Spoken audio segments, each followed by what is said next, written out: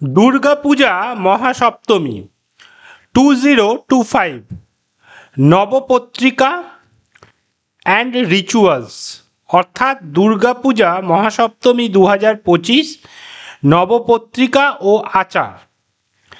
শুভ মহাসপ্তমী। দুর্গাপূজার প্রতিটি দিনেই থাকে ভিন্ন ভিন্ন তাৎপর্য, আর সপ্তমী হল বিশেষ দিন, যেদিন নবপত্রিকার আবাহন ও দেবীর মূল পূজা শুরু হয়। নমস্কার বন্ধুরা, আমার নাম কুমার শর্মা। আমি একজন সফটওয়্যার ইঞ্জিনিয়ার, বিজনেস কনসালটেন্ট এবং উদ্যোক্তা।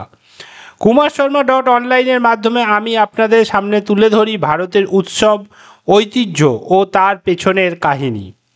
তাই ভিডিওটা শেষ পর্যন্ত দেখুন এবং থাকুন কুমার শর্মা অনলাইনের সঙ্গে। আজকের ভিডিওতে আমরা জানব মহাসপ্তমীর ইতিহাস, নবপত্রিকা স্নান ও পূজার আচার। মহাসপ্তমীর তাৎপর্য।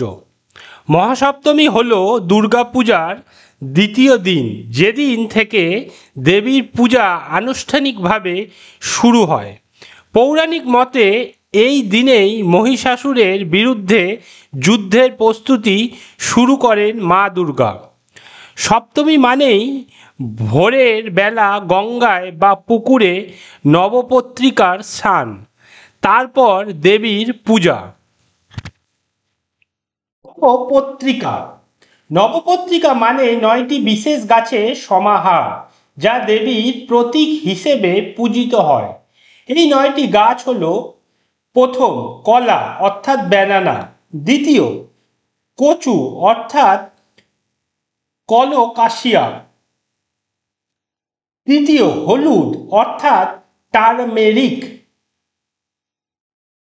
চতুর্থ জয়ন্তী অর্থাৎ জয়ান্তী, পঞ্চম বিল্ল বা বেল অর্থাৎ বিল্ভা,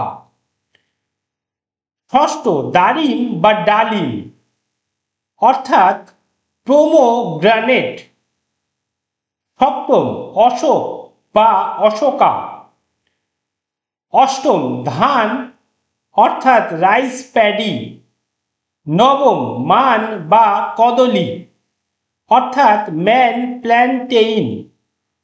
এইগুলোকে একত্রিত করে বেঁধে গঙ্গাজলে স্নান করানো হয় এবং দেবীর বাম পাশে স্থাপন করা হয়।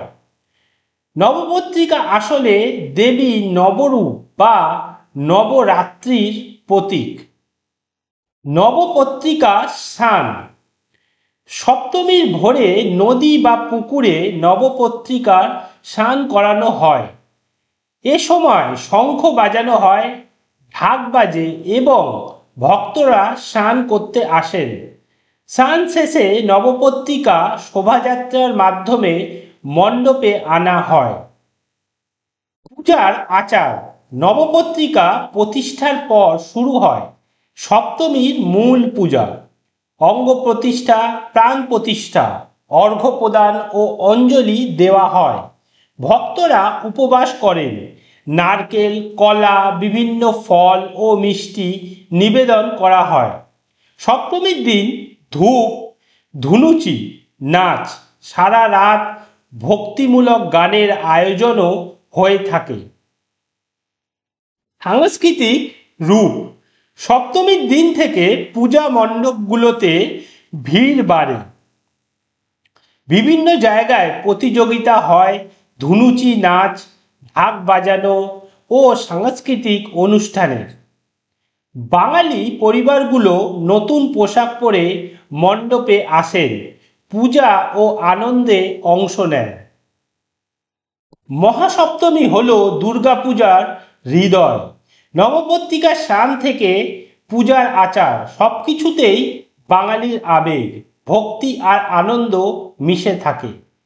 আপনাদের সবার জন্য রইল মহাসপ্তমীর আন্তরিক শুভেচ্ছা। বন্ধুরা, আজকের ভিডিও এখানে শেষ করছি।